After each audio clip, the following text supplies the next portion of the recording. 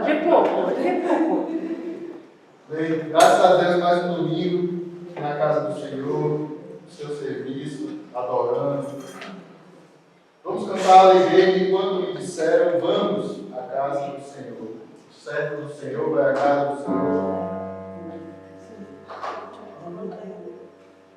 No dia do Senhor. No dia do Senhor. Somos poucos, né? 4 aqui.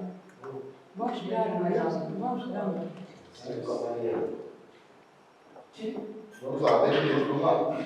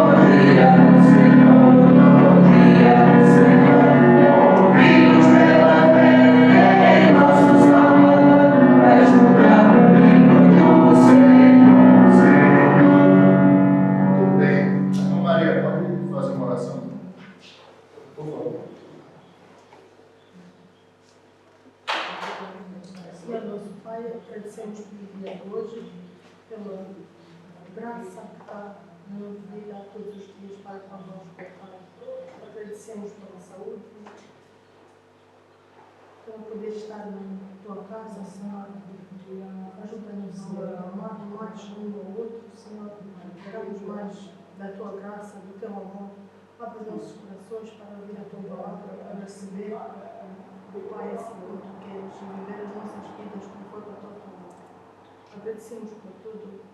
Amém. Obrigado, irmão.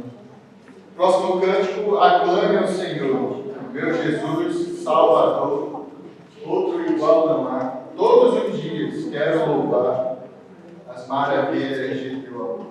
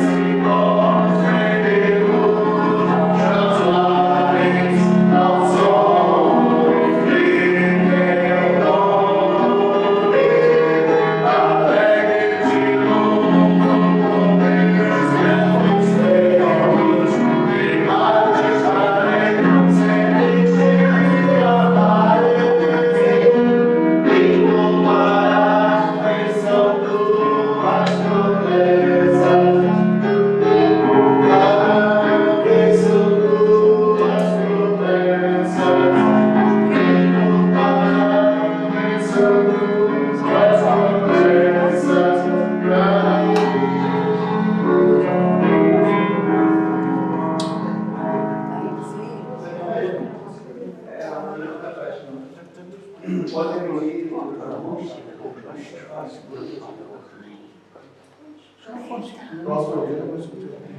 Essa paz que eu sinto em minha alma não é porque tudo me vai bem.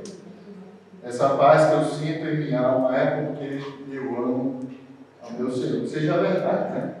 A paz que nós sentimos não é nossa.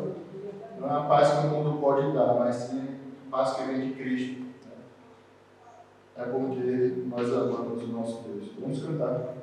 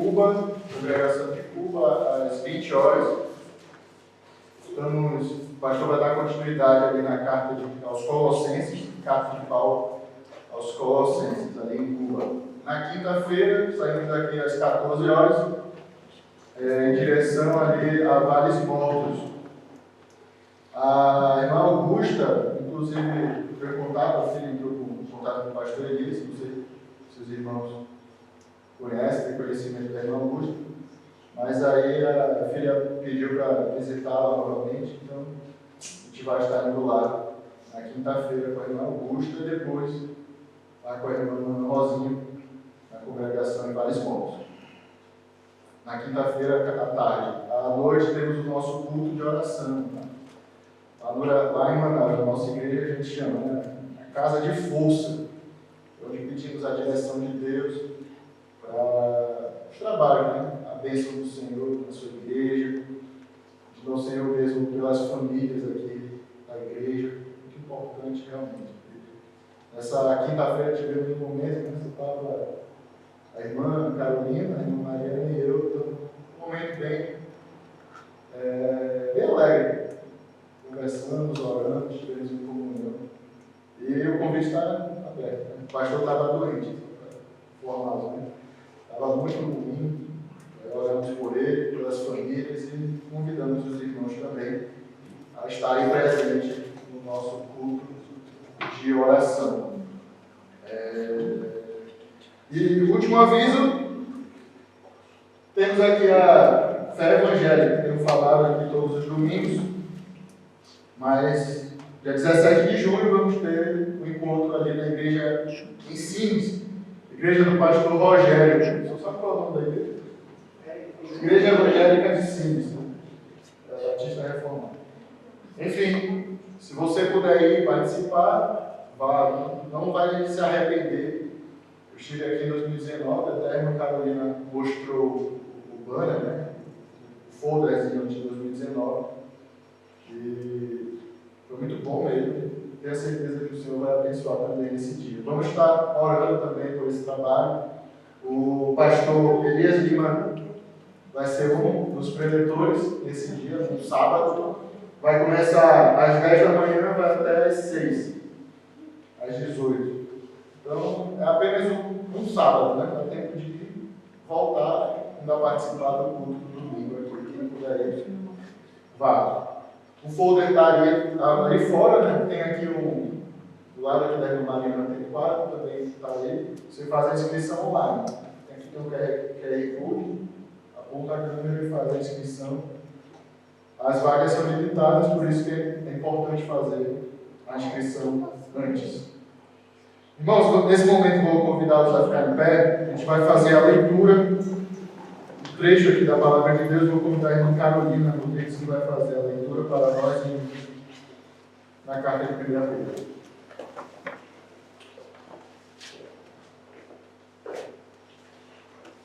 Então, 1 Pedro, capítulo 1, e verso 14.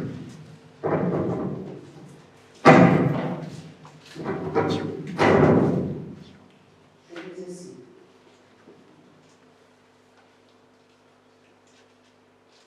Pedro, capítulo 1, Não, e verso 3.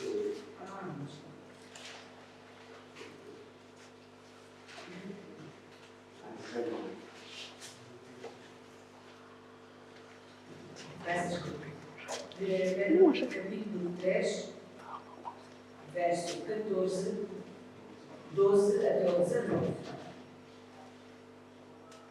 Que diz assim a palavra do Senhor: Mas ainda, que venhais a sofrer por causa da justiça, bem-aventurados sois. Não vos amedronteis, portanto, com as suas ameaças, e nem fiqueis alarmados. Antes santificai a Cristo como Senhor em vossos corações, estando sempre preparados para responder a todo aquele que vos pedir razão da esperança que há em vós, fazendo, todavia, com mansidão e temor, com boa consciência, de modo que naquilo em que falam contra vós outros, fiquem envergonhados os que difamam o vosso bom procedimento em Cristo. Porque, se for da vontade de Deus, é melhor que sofrais por praticares o que é bom do que praticando o mal. Pois também Cristo morreu uma única vez pelos pecados, os justos pelos injustos, para conduzir-vos a Deus. Morto sim na carne, mas vivificado no Espírito, no qual também foi e pregou aos espíritos em prisão. Amém. Em pé, vamos cantar o último cântico antes da mensagem. Eu só confio no Senhor para me guiar. Eu só confio no Senhor para caminhar. Mesmo se o céu chegar a escurecer e o sol toldar, eu só confio no Senhor, que não vai falhar. Vamos cantar.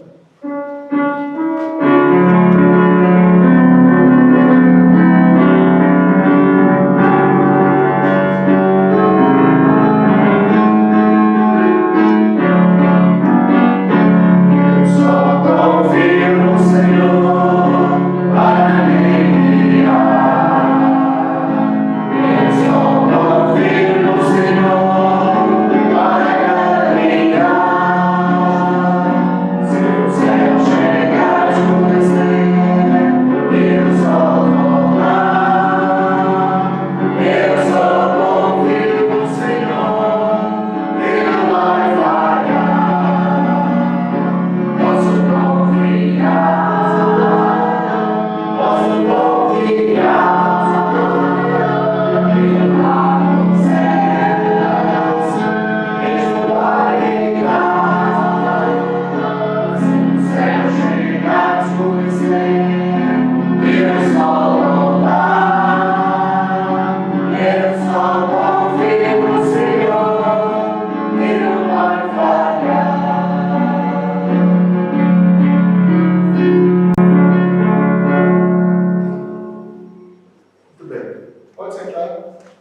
A palavra está com o pastor Elias.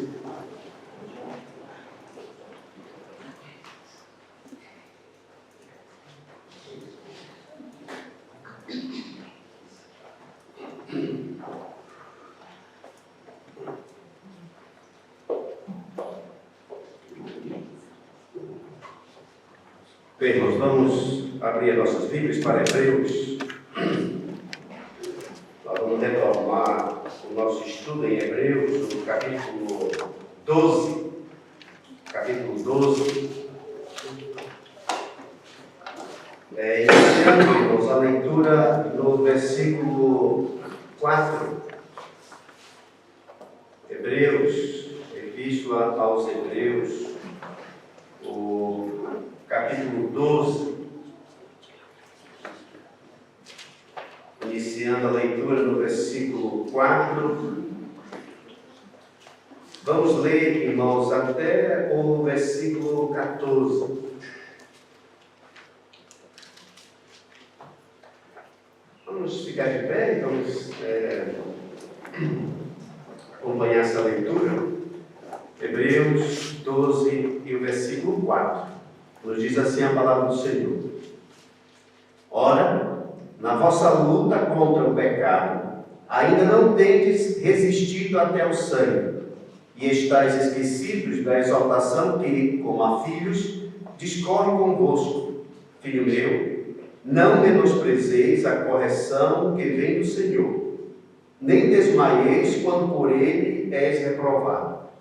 Porque o Senhor corrige a quem ama, e açoita a todo filho a quem recebe. É para a disciplina que perseverais. Deus nos trata como filhos. Pois que filho há que o pai não corrige? Mas se estáis sem correção, de que todos se têm tornado participantes, logo sois bastardos e não filhos. Além disso, tínhamos os nossos pais, segundo a carne, que nos corrigiam e os respeitávamos. Não havemos de estar em muito maior submissão ao Pai espiritual, e então viveremos? Pois eles nos corrigiam por pouco tempo, segundo melhor lhes parecia. Deus, porém, nos disciplina para aproveitamento, a fim de sermos participantes da sua santidade. Toda disciplina, com efeito, no momento, não parece ser motivo de alegria, mas de tristeza. Ao depois, entretanto, produz fruto pacífico aos que têm sido por ela exercitados, fruto de justiça.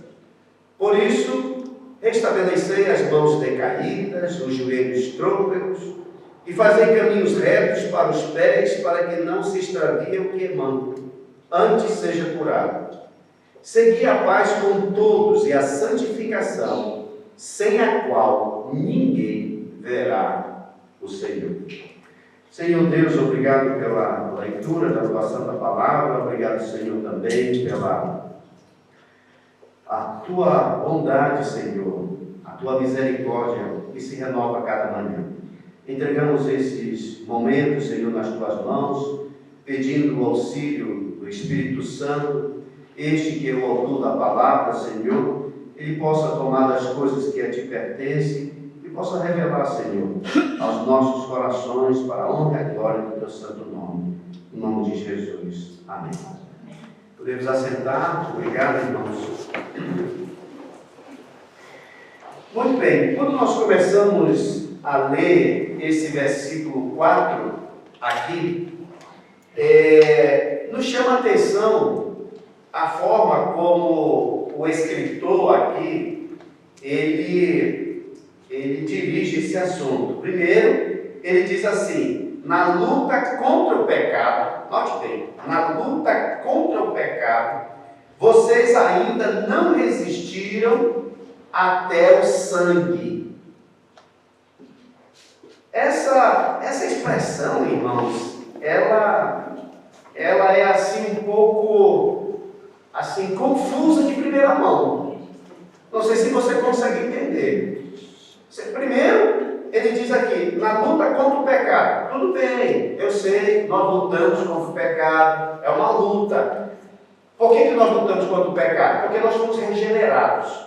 E agora existe duas vontades dentro de nós. Existe a vontade da carne, existe a vontade do Espírito.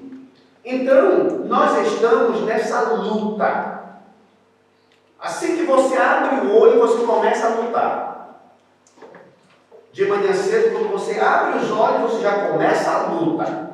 Já começa a luta por quê? Porque a Bíblia diz: buscai primeiro o reino de Deus e a sua justiça, e todas as coisas serão acrescentadas. Mas se eu perguntar dos irmãos aqui, quando vocês acordarem, qual foi a primeira coisa que fizeram? Qual foi a primeira coisa que fizeram? Foi buscar o reino de Deus e a sua justiça, ou escovar o dente? Foi primeiro buscar o Senhor e a sua justiça, ou fazer uma outra coisa? O que foi que primeiro fizemos? E às vezes, quando damos por nós, o dia já acabou e a gente nem teve tempo de ler a Bíblia ou orar direito, não é? Então, já começa uma luta. Então, essa luta é compreensível. Na luta contra o pecado, porque eu estou lutando contra o meu pecado. Só que a frase que vem a seguir, ela causa assim, você não consegue entender em primeira mão. Vocês ainda não resistiram até o sangue. Mas como assim? Na luta contra o pecado, bem, eu estou lutando contra o pecado. O que é o pecado? O desejo da minha carne. Minha carne quer isto, minha carne quer aquilo. Mas eu resisti até o sangue.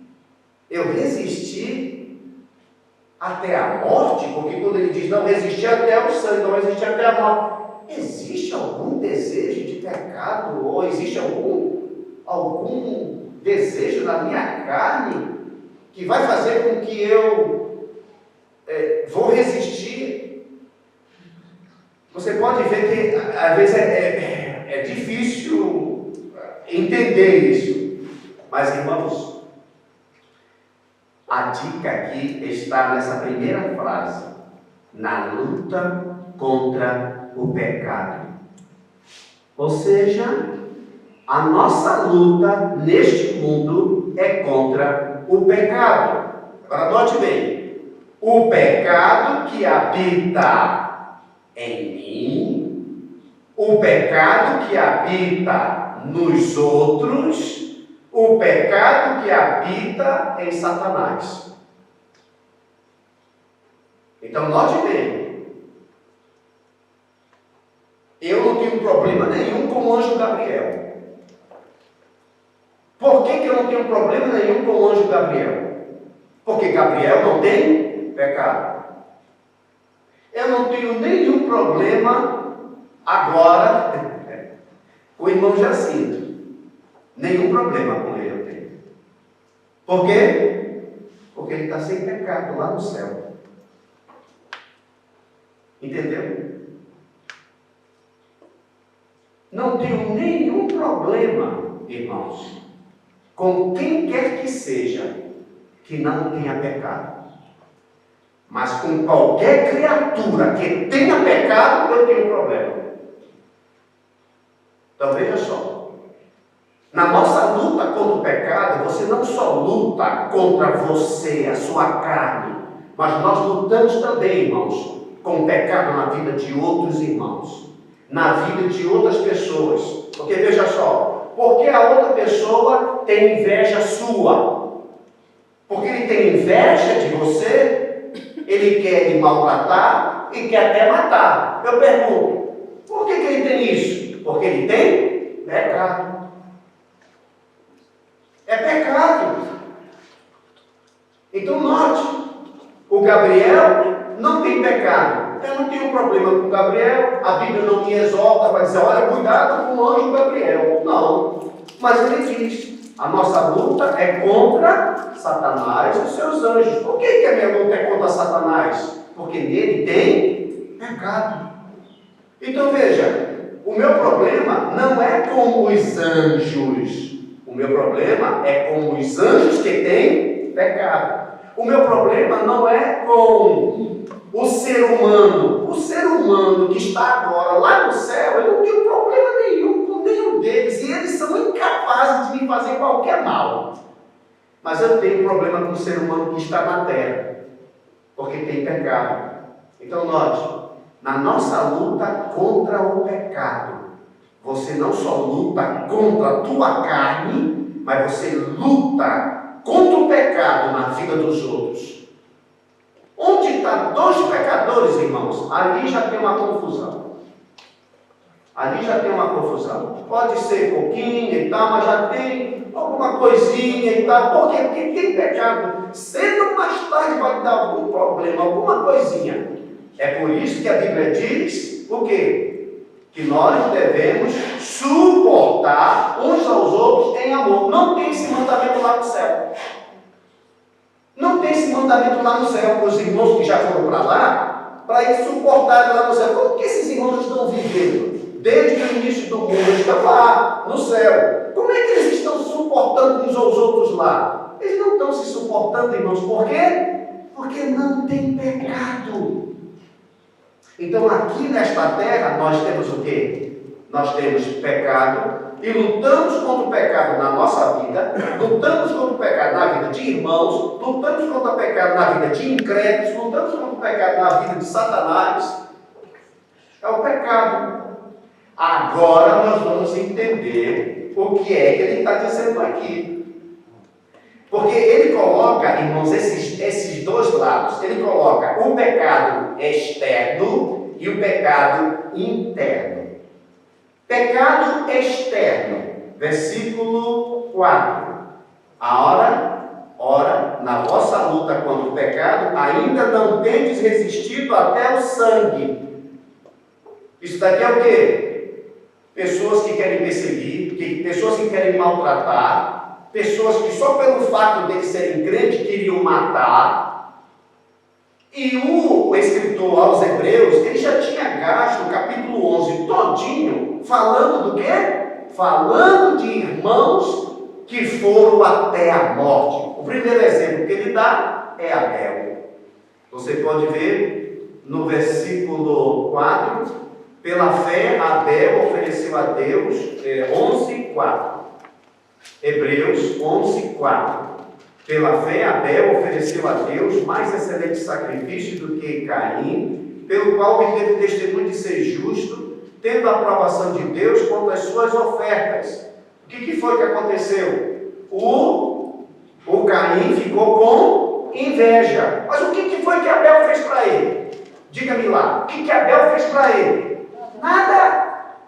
Absolutamente nada. Nem tomou as ofertas dele, nada.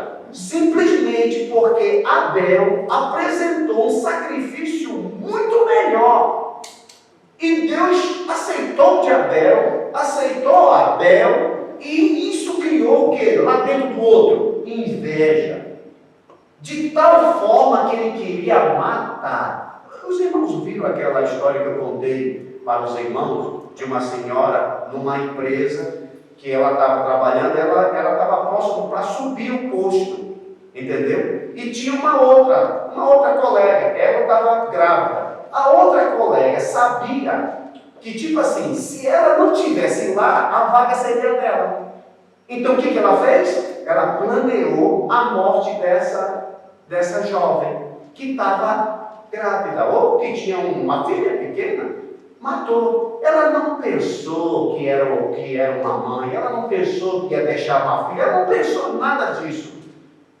Essa jovem não tinha feito nada de mal para ela, só porque ela era uma funcionária eficiente e que os patrões estavam tendo gosto por ela, a outra ficou cheia de inveja e quis o quê? Matar. Então aqui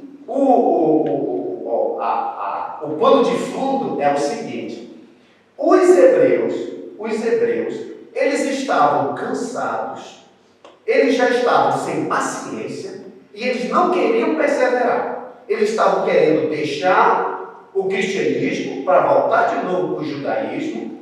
E aí os irmãos sabem que o escritor ele vai dizendo: olha, Jesus é superior. Tudo no intuito para convencer eles a ficarem no cristianismo, a perseverarem. Mas tinha uma outra coisa. Eles estavam, por exemplo, tem um texto, Hebreus 10, 32. Hebreus 10, 32. Eles estavam sofrendo, irmãos. Desde o dia em que eles tinham aceitado Jesus como Salvador, eles estavam sofrendo. Diz aqui, Hebreus 10, 32. Lembrai-vos, porém, dos dias anteriores, em que, depois de iluminados, sustentastes grande luta. Você pode ver. Pode ver, quando não era crente, parece que a vida era muito boa e tal.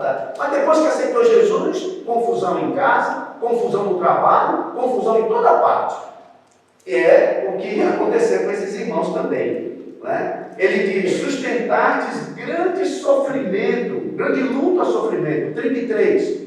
Ora expostos como em espetáculo, tanto de opróbrio quanto de tribulação, opróbrio, vergonha, ora tornando-vos coparticipantes com aqueles que desse modo foram tratados. 34. Porque não somente vos compadeceste dos encarcerados, ou seja, crentes que pelo nome de Cristo estavam sendo presos, como também aceitastes com alegria o espólio dos vossos bens. Pessoa que chegava, pegava os bens deles e levavam. E eles faziam o quê? Eles se alegravam, tá bom. Tipo assim, Deus deu, Deus levou, né? Bendito seja o nome do Senhor.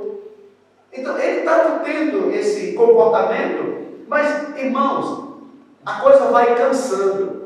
Vai cansando. Você quer servir a Deus e você vê perseguições. É perseguição no trabalho, é em casa. São injustiças feitas só porque você é crente. Só porque você quer viver no caminho. E você vê essas tribulações. Então, eles estavam, irmão, já cansados disso. Tipo assim, olha, eu vou deixar, não vale a pena. Não vale a pena ser crente. Não vale a pena continuar. Então, note agora, e eu espero que faça todo sentido, quando ele diz aqui, olha, na luta contra o pecado, vocês ainda não resistiram até a morte. Ou seja, vocês estão reclamando? Vocês estão reclamando que está ruim? Vocês estão reclamando que, eu estou sofrendo? Calma aí, irmão, vocês não estão sofrendo ainda não. Vocês ainda não chegaram a morrer. Você já imaginou uma pessoa que vai exortar a outra, ou uma pessoa que vai tentar animar o outro, dizer uma coisa dessa? Imagine, nossos irmãos aqui, ucranianos, vão dizer mesmo assim, está difícil a coisa, a guerra lá, Natal, uma coisa está difícil e tal. Aí alguém chega e diz, tá difícil? Os parentes estão bem? Então, pastor, graças a Deus eles estão bem. Ah, sim. A mãe, Valéria, como que está? Pastor, tá indo. Mas tem muitos que os pais já morreram. Tem muitos que os irmãos já foram derrubados. Tem muitos que a coisa já piorou. Então a gente acha que está passando por um pior, mas tem gente pior do que nós. Então o que ele está fazendo aqui? Ele está animando, ele está encorajando. Ele está dizendo, irmãos, vocês estão achando que a coisa é doída, que a coisa está ruim, mas pode piorar. Então ele está dizendo, olha, é tipo assim, a coisa não está pior. E por isso, ele deu exemplo, irmãos, desde o passado, desde o capítulo 11, desde Abel. Ele termina o capítulo, assim, essa perícope a respeito dos mártires, ele termina com Jesus, capítulo 12 e o versículo 2. Ele termina dizendo, olhando firmemente para o autor e consumador da fé, Jesus, o qual, em troca da alegria que lhe estava proposta, olha lá a palavra, suportou. E o que o escritor aos Hebreus ele quer inculcar na cabeça dos irmãos é o quê? Suporta, persevera, tenha paciência. Porque, irmãos, se nós perdemos a paciência, vamos ganhar o quê? O que é que vamos ganhar? O que eu vou ganhar tipo assim, eu já tô de paciência cheia com esse pude. E eu estou ganhando o quê? Não suporto mais esse homem e tal. Sim, e aí? E aí? Eu também estou cansado. Como eu encontrei um homem de Zimbábue, ele estava muito indignado com a injustiça que estava tendo no país. E estava assim mesmo, então assim, e aí? E aí? Você vai fazer o quê? O que é que vai fazer? Você vai conseguir chegar lá naquele presidente e fazer alguma coisa com ele? O que vai fazer? A nossa impaciência, a nossa perda de paciência, a nossa não perseverança vai contribuir em quê, irmãos? Em nada. Em absolutamente nada. Vamos fazer a loucura. Vamos fazer coisas que nós não deveríamos fazer. Então, o que o escritor aqui está fazendo é, irmãos, a coisa ainda não piorou, como até poderia piorar. Porque vocês poderiam estar mortos, mas vocês ainda estão vivos. Na sorte que coube a vocês, Deus não deixou ainda que vocês morressem. Porque tem irmãos em que Deus deixou. Ano passado, por exemplo, lá em Moçambique, nós tivemos a notícia que um amigo de um dos pastores foi morto pelos guerrilheiros. E você sabe por quê? Os guerrilheiros chegaram, encontraram o rapaz e perguntaram: você é crente? É cristão? Sim. Pá, mata. O que ele disse? Só que era cristão. Irmãos, alguém aqui em Portugal está sendo degolado por ser um crente? Então está ruim aqui? Não está. Vocês não estão entendendo? A gente sempre acha que é o pior. A gente sempre acha que está sofrendo o máximo. Mas tem gente, irmãos, que está pior do que nós. Então, o que o escritor está dizendo, e depois lá no final você vai ver ele exaltando. Ele primeiro, ele esboça, ele mostra, ele tipo assim faz coisa. Ei, acorda, olha o que eu estou te dizendo para você. Irmão, vocês estão querendo aí, não quero desistir, eu não quero mais saber de nada. Para aí. Irmãos, na luta contra o pecado, vocês ainda não morreram. Lembra daquela epístola que eu li para os irmãos? Que é uma notícia triste após a outra. Uma notícia triste após a outra. Que é lá de Apocalipse, o capítulo 2 e o versículo 8. A igreja de Esmirna. Ali, irmãos, assim, olhando humanamente, é uma notícia triste após a outra. Note bem, a igreja de Esmirna é a igreja que não tem nenhuma observação feita por Jesus. Ela e a Filadélfia. Nas outras ele diz: tenho porém contra ti que tu fizestes isso e aquilo. Tenho porém contra ti que você é isso e aquilo. E você está assim. Endireita, te arrepende.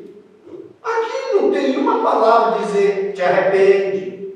Não tem nada, irmãos. A igreja em Esmirna é um modelo de igreja. Mas você sabe por que ela é um modelo? Porque é uma igreja perseguida.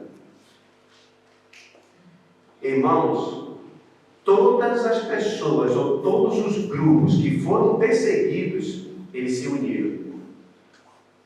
Você pode ver. Acaba-se a confusão que tem. Imagine se decidisse perseguir os crentes aqui em Beja. Todos nós, Assembleia, Batista, tudo ia se unir, tudo ia ficar junto. Por quê? Porque todos estariam sendo perseguidos. Mas como não tem perseguição, né? Cada um no seu cantinho e tudo, aí você faz dessa maneira, eu faço da minha maneira e tal. Mas olha o que ele diz aqui, capítulo 2, vamos lá, eu já disse, o versículo 9. Jesus diz: conheço a tua tribulação. Então era uma igreja que já estava sofrendo. A tua pobreza era uma igreja pobre, mas na vista de Jesus era rica. A blasfêmia dos que a si mesmos se declaram judeus e não são, sendo antes sinagoga de Satanás. Aí que entra, irmãos, olhando de uma perspectiva humana, de pessoas que estão sofrendo, passando por tribulação. O que alguém que está sofrendo, passando por uma tribulação quer? Ele quer uma palavra de consolo, ele quer uma palavra de ânimo, ele quer uma luz no final do túnel, é isso que ele está querendo. Mas olha que Jesus Cristo chega e diz: não temas as coisas que tem de sofrer. Você já imaginou? O que ele está dizendo aqui? Ele está dizendo que eu ainda vou sofrer. Mas eu já não estou em tribulação? Eu não estou em tribulação? Estou. Por que Jesus Cristo não chega e diz mesmo assim: olha, meu filho, você já foi atribulado demais, é muita tribulação, agora vem só bonança, agora só vem sombra e água de coco, uma redinha para você se embalar tranquilo, tá? Uns 5.000 euros na conta, para você ficar despreocupado aí, numa boa. Você já sofreu demais. Irmãos, essa igreja é atribulada, e ele diz: não temas o que tu vais sofrer. E aí ele continua: eis que o diabo está para lançar em prisão alguns dentre vós. A vontade que dá é: rapaz, se eu estivesse lá naquela igreja, eu ia dizer assim: Senhor, quer dizer que tu sabe o que está passando na cabeça de Satanás, não é? Tu sabe que ele está com um plano de querer nos jogar na prisão, não é? Então, tu sabe disso, muito bem. E o que tu vai fazer a respeito? Eu não sou teu filho? Eu não te amo, Senhor? Tu mesmo está dizendo aqui que conhece a minha tribulação. Tu diz que eu sou rico, ou seja, eu tenho um bom testemunho, eu não estou pecando, não estou entrando nas coisas, eu estou fazendo as coisas corretas, Senhor. E o Senhor disse que o Satanás vai jogar em prisão. Quer dizer, o Senhor vai deixar? Aí ele está disso. Para ser disposto à prova, e tereis. Veja só, ele disse que vai ter. Tereis tribulações de 10 dias. E o Senhor vai deixar? O Senhor vai deixar, Senhor? Eu sou uma igreja irrepreensível aqui. Eu não estou tendo absolutamente nenhuma nota de observação da tua parte. E quer dizer, apesar de estar numa tribulação, sofrendo, eu ainda vou sofrer mais. O Senhor vai deixar Satanás ainda me jogar na prisão em mais 10 dias. Só que as notícias tristes não acabam aí, irmãos. Continua. Ele diz assim: ser fiel, versículo 10, 2:10, Apocalipse 2:10. Ser fiel até. Isso quer dizer, qual é a notícia que Jesus Cristo está dando para eles? Qual é a notícia que Jesus está dando para eles? As boas novas. Vou te dar umas boas novas aqui. Você está na tribulação, vou te dar umas boas novas aqui para tu se alegrar. Tá bom? Tá? Ser fiel até a morte. Eu pergunto, você vai sair alegre desse encontro com Jesus? Vai sair alegre? Ou vai sair triste? Ou vai sair decepcionado? Ou vai dizer mesmo assim: então do que me adianta te servir? Do que me adianta ser fiel? Do que me adianta fazer as coisas como que deve ser? Pelo que eu estou vendo aqui, meu Senhor, não adianta nada. Mas o que Jesus Cristo promete lá no final? Dar-te-ei a coroa da vida. Aonde é que você vai conseguir isto? No céu. Ou seja, para você ter a coroa da vida, tu tem que morrer. Sinceramente, irmãos. Imagine você numa tribulação lá na sua casa, com doença, todo arrebentado.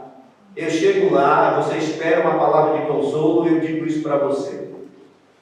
Eu digo assim: olha, Mariana, fica firme, ser fiel até a morte. Ela diz: então quer dizer que eu não vou ficar curado não, pastor? quer dizer que isso aqui vai até a morte. Você não vai nem orar, nem ungir com óleo e tal, para a coisa ir embora. Não, Maria. Ser fiel até a morte. Tu vais ter a coroa da vida. Você já imaginou, irmãos? Olhando isso humanamente, uma pessoa que não tem Jesus, eu lá quero saber do Evangelho, eu lá quero saber das coisas de Deus, a vida é só sofrer, sofrer, sofrer, sofrer. Mas, irmãos, a vida aqui na terra, ela é passageira. Ela é passageira. O que o escritor aos Hebreus aqui, ele está dizendo isso. Irmãos, os irmãos estão sofrendo, sim. Mas eu quero dizer para os irmãos que vocês não chegaram ao ponto de morrer. Vocês não chegaram ao ponto de morrer. Vocês ainda não estão mortos. Estão sim perseguidos. Estão sim passando por tribulações. Mas olha lá na exortação. Dê uma olhada na exaltação que ele faz, Hebreus 12, versículo 12. Hebreus 12, versículo 12. Veja só, eu estou pulando, tá? Eu estou pulando. Ele coloca lá, ele diz, na luta contra o pecado, vocês ainda não foram até a morte, não resistiram até a morte, não é? Por isso, restabelecei as mãos recaídas e os joelhos trôpegos. Ou seja, te anima. Te anima. Você ainda não morreu. Você já imaginou? Você já imaginou da próxima vez que você chegar comigo e dizer, pastor, ore por mim, eu estou passando por muita tribulação, muitos problemas e tudo. E eu digo para você assim, Jorge, te anima, rapaz, tu está vivo. Ainda. Tu ainda está vivo, Jorge. Te anima. Levanta, coragem. Ele vai dizer, é capaz de ele dizer assim, o senhor diz isso, por que o senhor não está na minha pele? Não é a vontade que a gente tem para dizer, irmãos? É fácil dizer para os outros. É fácil dizer, te anima. Olha, fique esperto. Mas só eu sei a hora que eu tenho que acordar, o que é que eu tenho que fazer, a hora que eu vou ter que dormir, o trabalho que eu tenho. Irmãos, essa aqui é uma exortação de um homem de Deus que é escritor deste livro. Ele dá exortação para os irmãos. E no versículo 13, ele diz assim, versículo 13: fazei caminhos retos para os pés, para que não se extravie o que é manto, antes seja curado. 14: segui a paz com todos e a santificação. Olha, ele vai dando essa exortação. Ele está dando essa exortação para quem, irmãos? Para irmãos que estão desanimados. Há irmãos que já estão quase assim desiludidos. Mas o escritor chega e diz, tu está vivo ainda. Você está vivo. Os irmãos estão lembrados de um exemplo que eu contei para os irmãos, de um irmão que era doente, que ele estava lá e não mexia nada, só mexia o pescoço.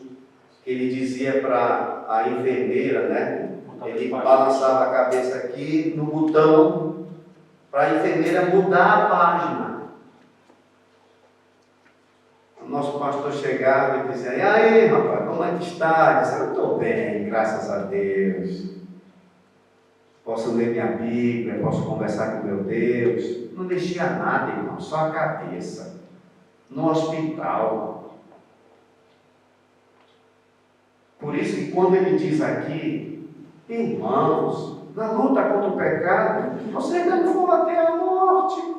Se dê por sortudo. Porque Abel morreu. Profetas do passado foram cerrados pelo meio. Cerrados pelo meio. Uns foram afogados. Tem gente que está pagando um alto preço, irmãos, por ser crente. Então, o que é que tem que fazer? Tomar coragem. Porque a nossa tendência, irmãos, é ficar desencorajado. A nossa tendência é ficar triste para baixo e achar que Deus nos abandonou. Não, Ele está conosco. Ele está conosco. Então daí, o que nós assim tiramos, irmãos, é que os verdadeiros crentes, eles vão resistir até a morte. Eles vão resistir até a morte. Nós não somos, irmãos, daqueles que vão embora, que deixam, que não continuam servindo ao Senhor Jesus Cristo. Nós somos daqueles que a troncos e barrancos continuamos a servir ao Senhor, com perseguição, com tribulação, com perturbação, mas você não deixa o Senhor. E você tem exemplos no Antigo Testamento, tem exemplos, como eu já disse, até hoje em vida, de irmãos e irmãs que estão piores do que nós, e eles continuam servindo o Senhor Jesus Cristo. E com alegria. Agora, versículo 5. Esse é Hebreus capítulo 12, Hebreus 12. Agora, o versículo 5. Nesse versículo 5, irmãos, ele mostra a segunda luta, que é a luta interna. Ele diz: e vocês se esqueceram da exortação que lhes é dirigida como a filhos. Aí ele cita o Provérbios 3, 11 a 12. Filho meu, não despreze a correção que vem do Senhor, nem desanime quando você é repreendido por Ele, porque o Senhor corrige a quem ama e açoita todo filho que quer bem. Aonde é que está o interno aqui? Note bem, que lá no primeiro, quando ele diz, vocês não têm aguentado, ou vocês não têm chegado ao ponto da morte, esta é uma luta contra o pecado na vida dos outros.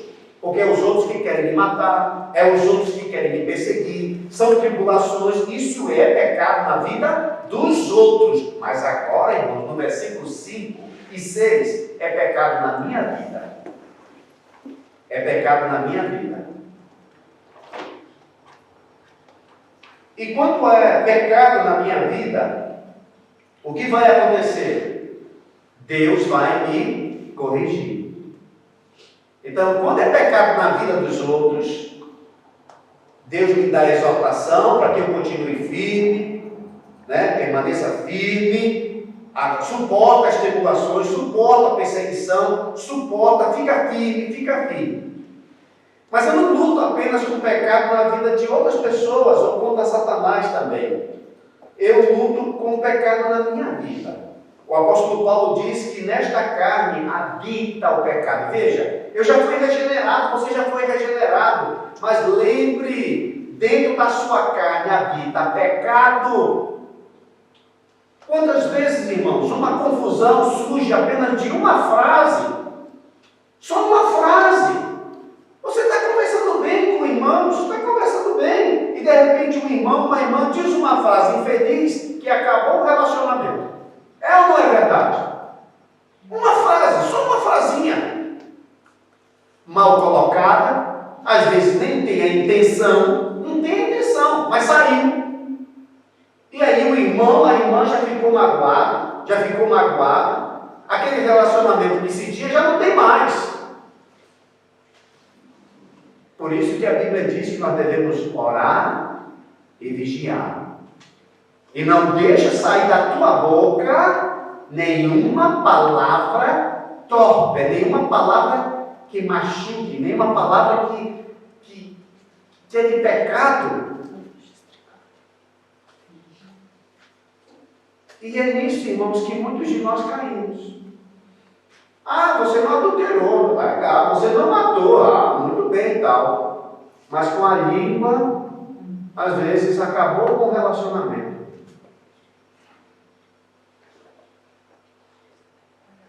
Às vezes procedemos errado, tomamos decisões erradas. E aí, quando nós não corrigimos a nós mesmos, olha o que diz aqui em 1 Coríntios, capítulo 11. 1 Coríntios, o capítulo 11. O Paulo vai mostrar isso claro para nós. 1 Coríntios, o capítulo 11 e o versículo 31. Ele demonstra isso claro. 1 Coríntios 11, 31. Ele diz assim: porque se nos julgássemos a nós mesmos, o que isso quer dizer? Se você se policiasse, se você visse que falou errado, se você visse que se comportou de uma maneira errada e você consertou, você foi lá e corrigiu, não seríamos julgados. Então você viu que procedeu errado? Vai, tenta consertar, corrige a coisa. Mas às vezes não, você não quer corrigir. Você deixa para levar para a barriga. E vai levar para a barriga. Mas aí no versículo 32. Mas quando julgados, somos disciplinados pelo Senhor para não sermos condenados com o mundo. Então, quando você não se policia, quando você não auto se disciplina, quem é que vai te disciplinar? O Senhor. Mas por que isso vai acontecer? Porque você é filho. Deus, irmãos, Ele só vai corrigir os seus filhos. Quem é filho, Ele vai corrigir. E é isso que o escritor aqui, ele está tomando o versículo bíblico, veja só, ele está exortando os irmãos na igreja. E o que é, do que ele se vale, irmãos? Ele se vale de uma escritura, de um versículo bíblico. Às vezes a gente quer exortar um irmão, uma irmã, mas você não pega um versículo bíblico para dar para o irmão. Esse escritor aqui, ele está exortando crentes, mas o que ele está fazendo? Ele está tomando uma passagem do Antigo Testamento, ele pega a passagem porque ele quer corrigir um problema que tem na vida dos irmãos. Qual é o problema? É que eles estavam pecando e Deus estava corrigindo eles. E eles estavam achando ruim.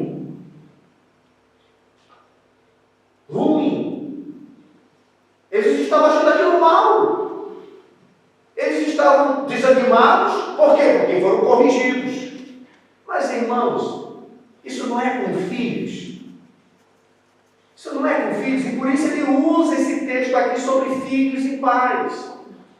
Ele diz nesse Provérbios 3,11: filho meu, não despreze a correção que vem do Senhor, nem desanime quando você é repreendido por Ele, porque o Senhor corrige a quem ama e açoita todo filho a quem recebe. Agora, deixa eu abrir um parêntese aqui, eu vou abrir um parêntese do estudo para explicar uma coisinha para os irmãos.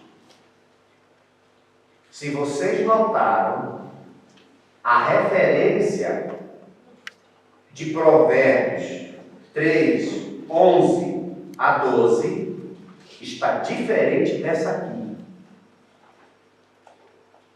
Está levemente diferente. Essa que eu estou lendo para vocês aqui no versículo 6, né? Porque o Senhor corrige a quem ama e tal, né? Lá em Provérbios diz ao filho a quem quer bem. Mas no Novo Testamento diz ao quê? A todo filho que aceita, que recebe. E aí eu quero dar uma dica aqui para os irmãos. Toda vez que você vê passagens do Novo Testamento que aparentemente está diferente do Antigo, não quer dizer que houve ali uma contradição, não quer dizer que ali tem um erro, uma falha, mas como que pode? A todo filho que quer, bem, e aqui a todo filho que recebe. Que negócio, tem alguma coisa aqui errada. Tinha que ser tudo certinho. Então, quando você vê passagem das Escrituras assim, diga para si mesmo: há uma explicação e eu não sei.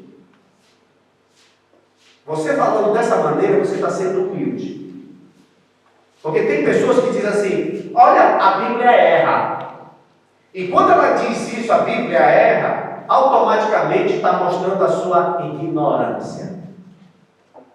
Porque aqui, irmãos, não somente aqui, mas no Novo Testamento, os escritores bíblicos se valeram de uma tradução chamada Septuaginta.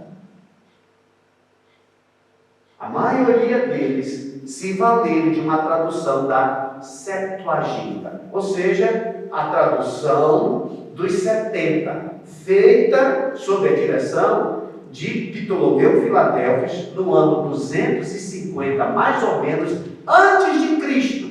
Então, quando Cristo veio, ela já estava formada, a Septuaginta, que é uma tradução do hebraico para o grego. Então, os escritores do Novo Testamento usavam essa tradução. E nesta tradução está dessa maneira aqui. Por exemplo, nós não temos aqui a corrigida e a atualizada. Na corrigida não diz de uma maneira, aí na atualizada não diz da outra maneira. Aí quando eu digo, olha como a Bíblia digital, eu digo, mas esse Pai Nosso está errado. Eu aprendi o Pai Nosso de uma outra maneira. Não, é que você viu numa versão e aquele outro Pai Nosso está numa outra versão. Você gostou de entender? Uma outra coisa, lembra quando Estevão, ele disse assim, que Jacó desceu para o Egito com um total de 75 almas. Quando você vai para Gênesis, diz que ele desceu com 70 almas. Aí você diz, fim ao cabo, foi 70 ou foi 75? Aí os ignorantes vão dizer, a Bíblia tem contradição, a Bíblia está errada. Lembra o que Jesus Cristo falou? A Bíblia não erra. Não há erros nas Sagradas Escrituras, irmãos. Onde você vê que tem uma aparente contradição, não tem problema. Você que ainda não sabe o segredo de lá. Se você estudar e pesquisar, você vai encontrar a resposta. Então não se apresse para dizer tem contradição, tem erro. Como diz a minha mãe, bata na boca. Na Bíblia não tem erro. Deus não comete erros, irmãos. O que existe são aparentes contradições que são resolvidas se você estudar. Aí não tem nenhum problema. Mas vamos continuar. Então veja só. Na luta contra o pecado, vocês não resistiram até a morte. Pecado na vida dos outros, pessoas que vão até para lhe matar. Mas agora aqui, eles também estavam reclamando, eles estavam cansados. Por quê? Porque o Senhor vinha e disciplinava eles. Disciplinava por quê? Porque eles estavam querendo ir para o pecado. E Deus não ia deixar o seu filho assim, andar no pecado, ele vai disciplinar. E aí, a primeira lição, veja, ele cita Provérbios 3, 11 a 12, ele citou, e agora, olha as lições que ele vai tirar de Provérbios 3, né? 11 a 12. Lá vai, a primeira lição, o versículo 7. Né? Versículo 7. Hebreus 12, 7. Hebreus 12, 7. Ele diz assim, ó. É para a disciplina que vocês perseveram. Olha o que ele está dizendo. É para a disciplina que vocês perseveram. É mais ou menos assim. Ei, vocês só perseveram porque vocês são disciplinados. Vocês só estão ainda servindo a Deus porque Deus disciplina vocês. É para a disciplina que vocês perseveram. Irmãos, eu ainda continuo servindo a Deus. Vocês sabem por quê? Porque eu sou disciplinado por Deus. quando eu faço uma coisa errada. Então ele diz aqui, olha, é para a disciplina que vocês perseveram. Deus os trata como filhos. E qual é o filho a que o pai não corrige? Hoje em dia está cheio. Hoje em dia está cheio de pais que não corrigem. E aí eu tenho que ser mais específico até com esses verbos que o escritor bíblico usou aqui. Tanto do Antigo Testamento como do Novo Testamento. Veja que ele usou as palavras correção, repreendido, corrigido, açoitado, mostrando que a correção não é somente através da instrução, mas através da vara. Essas são as duas maneiras. Eu estou falando de criança, tá? De criança.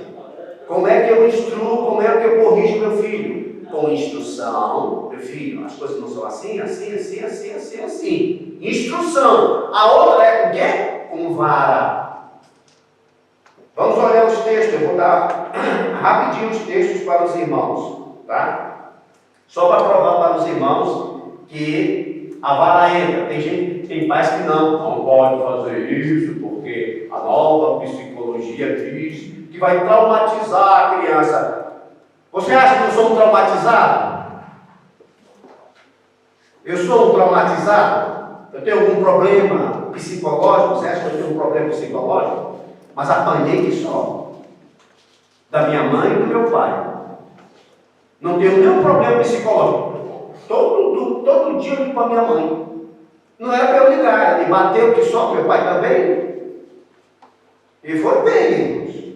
Teve vezes aí que quase eu vi saindo do bicho comendo nas costas. Amo meu pai, amo minha mãe, os respeito, ligo para eles. Eu acho que eu não sou traumatizado, não. Mas hoje não pode mais encostar nada que vai causar problema na criança. Olha o que a Bíblia diz, e isso as Escrituras falam. Provérbios 13, 24. Eu vou dando a referência, vou lendo e vou correndo, tá? Provérbios 13, 24. O que retém a vara, note bem a palavra vara, pau, galho de árvore. O que retém a vara odeia o seu filho. Esses pais aí que não querem bater o filho, ele, eu amo meu filho, eu não vou bater. A Bíblia diz o contrário, que quem ama bate. Você não bate, você não ama o seu filho. É o que a Bíblia está dizendo. O que retém a vara odeia seu filho. Quem o ama, este o disciplina desde cedo. Desde cedo. Olha, a criança chora dele. Não, vai sentar aí. Aí está sendo disciplinado. Mas não deixa com a vovó, não. Porque você não bate no menino. Não bate no coitado. Não bate nele. Bate sim. Cria longe da vovó. Do vovô. Cria longe. Porque senão os seus filhos vão ser uma tristeza. Provérbios 22, 15. A tolice está ligada ao coração da criança. Note bem, a tolice já está ligada, está lá. Mas a vara da disciplina afastará dela. O que vai afastar? Conselho. Meu filho, não faça isso. Isso vai afastar? Não. Está dizendo, a vara vai afastar. E aí, doeu. E não vou mais fazer mais não. Entendeu? Mas, meu filho, tu vai fazer. Olha, já te disse. Aí a pessoa fica olhando do céu, entra aqui, sai por aqui. Mas parou. Isso aqui não é para fazer mesmo, não. Então, Provérbios 22, 15. A tolice está ligada ao coração da criança, mas a vara da disciplina afastará dela. Provérbios 23, 13. 23, 13. Não deixe a criança sem disciplina. Não deixe. Ai, me dá pena. Ai, faz isso. Vai com essa coisa aí. Não deixa a criança sem disciplina. Por quê? Porque se você a castigar com a vara, ela não morrerá. Eu estou vivo aqui. Eu estou vivo. Mas os cinturões aqui, às vezes tinha uma marca aqui, olha. Mas não, as coisas assim, ó, aqui, olha. Mas não tem mais. Não morri. Não é para você, quer dizer, deixar o filho cheio de hematoma. Ninguém está dizendo isso, irmãos. Ninguém está dizendo para você encher o teu filho de hematoma, não. 29:15. Provérbios. 29:15. Eu gosto de Provérbios. É um livro assim que eu gosto bastante. 29:15. A vara e a disciplina dão sabedoria. Você quer sabedoria? Chega aqui que o papai vai jantar. Aí dá já sabedoria, mais dose aqui de sabedoria para você. Toma aqui mais dose de sabedoria. Você vai querer aprender, né? Mas a criança entregue a si mesmo. Não vou fazer nada não. Deixa. Uma criança entregue a si mesma venha envergonhar a sua mãe. Interessante, não diz o pai, por que não? Você já parou para pensar? Envergonhar a sua mãe? Quantas mães estão por aí, irmãos, como vergonha dos seus filhos? Mas tem que ver. Será que entrou? Alguém diz mesmo assim: não, pastor, o senhor tem que entender, disciplina não é que tem que ser com algo físico assim, não. Disciplina é assim, olha, fica ali no cantinho, tu fica lá, nesse cantinho, tá assim. Ou você chega e deixa assim, em cima do milho, tá ali, uma coisinha para ela, né? Isso aqui é uma repreensão. Ou deixa sem televisão. Isso aqui também é não é com vara, não. Não é com coisa, isso é uma coisa muito terrível. É uma forma aqui de falar da Bíblia. Vamos ver se é uma forma de falar? Provérbios 19:18. Provérbios 19:18. Olha como ele diz. Ele diz assim, olha: castiga a teu filho enquanto alguém. Por que ele diz enquanto há esperança? Porque, irmãos, existe uma idade, quando ele crescer, que não adianta mais bater. A criança, a gente bate até um certo tamanho. Tem idade que não dá mais. Você vai pegar qual é o nome dele? Manel. Você vai pegar um anel e bater no anel. Tem condições, irmãos. Tem condições para bater um anel. Já passou. Não é? Mas, ele diz, enquanto há esperança. Vem esperança, não é que ele não vai ser disciplinado, que ele não vai ser chamado a atenção, né? Mas olha o que ele diz aqui: castiga teu filho enquanto há esperança, mas não te excedas ao ponto de matá-lo. O que é que pode matar uma criança? Ele ficar ali no canto da parede? Vai matar ele? Não. Ficar em cima do milho vai matar? Bom, vai maltratar um pouco o joelho, mas acho que não morre não. Então, o que é esse castigo, irmãos? É vara. Então, o que ele está dizendo aqui? Olha, tu pode dar disciplina, mas não te excedas, tu pode matar a criança. Por isso não é bom bater a criança com raiva, né, irmãos? Não é bom bater com raiva. Você chegar e bater aqui, descarregar a raiva, não é bom. É bom chamar e tudo. Olha, você fez aquilo, pá. Não é para fazer isso? Pá. Né? Ou no bumbum, ou alguma coisa assim, entendeu? Que vá doer, mas que não deixe hematomas. Mas que a pessoa tem que aprender. Mas não ao ponto assim de matá-lo. Agora veja, irmãos. Provérbios 12, 1. Provérbios 12 e o versículo 1. Isso daqui é para os filhos. Ele diz aqui: quem ama a disciplina, ama o conhecimento. Mas o que odeia a repreensão é tolo. Tem tantas crianças tolas, né? Tantas crianças tolas. O pai vai disciplinar, fica emburrado com o pai, fica emburrado com a mãe. Que tipo de criança é essa? Uma criança tola. Uma criança que não tem entendimento. É para ele pensar o seguinte, e aí que tem o que ele vai falar mais adiante, né? Que ele vai dizer: irmãos, Deus nos trata como filhos.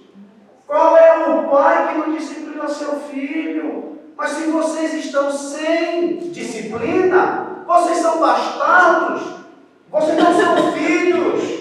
Irmãos, quando Deus nos disciplina, devemos levantar a mão para o céu e dizer: graças a Deus, eu sou filho de Deus. A prova que eu sou regenerado, e está aqui uma coisa, você pode pensar: será que eu sou salvo? Está aqui uma das provas, irmãos. Você pergunta: rapaz, será que eu sou salvo? Será que eu vou para o céu?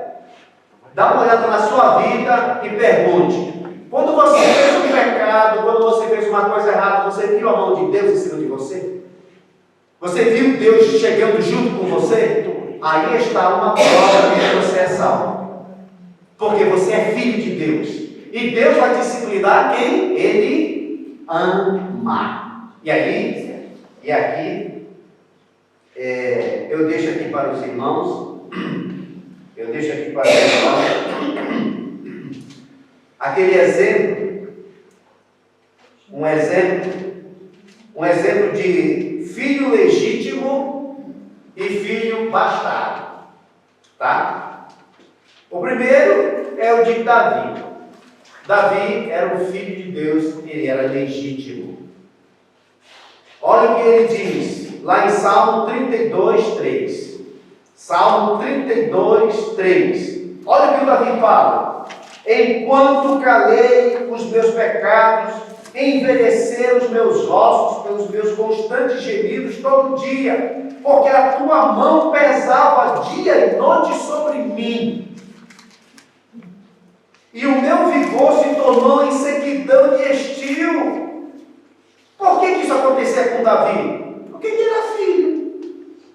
Ele adulterou lá com a mulher, e Deus veio, olha, pum, em cima dele. Pá, em cima dele. Ele disse que estava numa situação até ele confessar. Isso prova que ele era filho. Agora, um filho ilegítimo. O homem rico. O homem rico. Lembra aquele homem rico? O rico e o Lázaro? Irmãos, aquele homem rico, ele foi tão perverso que ele não dava nem um pão para o Lázaro. O Lázaro esperava as migalhas, irmãos, as migalhas. Quantas vezes aquele rico não viu o Lázaro lá? Quantas vezes estava lá na porta dele? Ele não tinha muito dinheiro. Por que esse homem rico não fez um casebre? Olha, Lázaro, é o seguinte: vou fazer um casebre, uma casinha bem, mas pelo menos é uma casinha. Eu vou te dar aqui um cabaço, toda semana um cabaço. Está aqui um óleo, uma coisa, isso, está aqui. Não sei dar nada para ele, irmãos. Mas ele não fez. Mas o curioso, irmãos, é que esse homem foi rico até morrer. Deus não chegou com ele e disse assim: mas olha, que homem mau, esse meu filho é muito perverso, ele é rico, está ali um pobre, ele não ajuda, ele não faz nada, vou tirar a tua riqueza, vou dar uma falência na tua empresa. Irmão, não aconteceu nada. O homem era de vento em popa. Está aqui a explicação. Por que você vê tanta gente rica, perversa, e continua rico, e ganha mais dinheiro? Por quê? Porque não é filho de Deus. Porque se fosse, Deus ia disciplinar. Deus ia chegar e ia dizer: não, eu tenho te dado os bens, mas você não está cuidando, eu vou tirar, que é para você atentar para outras pessoas. Se ele fosse filho de Deus. Como não é filho de Deus, ele faz perversidade e até enriquece mais. Aí você fala, como é que pode? Esse homem é tão mau, mas a fábrica dele vai crescendo, e ele vai tendo mais dinheiro. E a ilusão de que ele faz as coisas boas e que ele faz tudo certo, leva ele para o inferno. E ele diz, pai Abraão, tenha misericórdia de mim. Aí o Abraão diz assim, meu filho, lembra-te de na terra, tu recebestes os teus bens. Ele recebeu de quem os bens?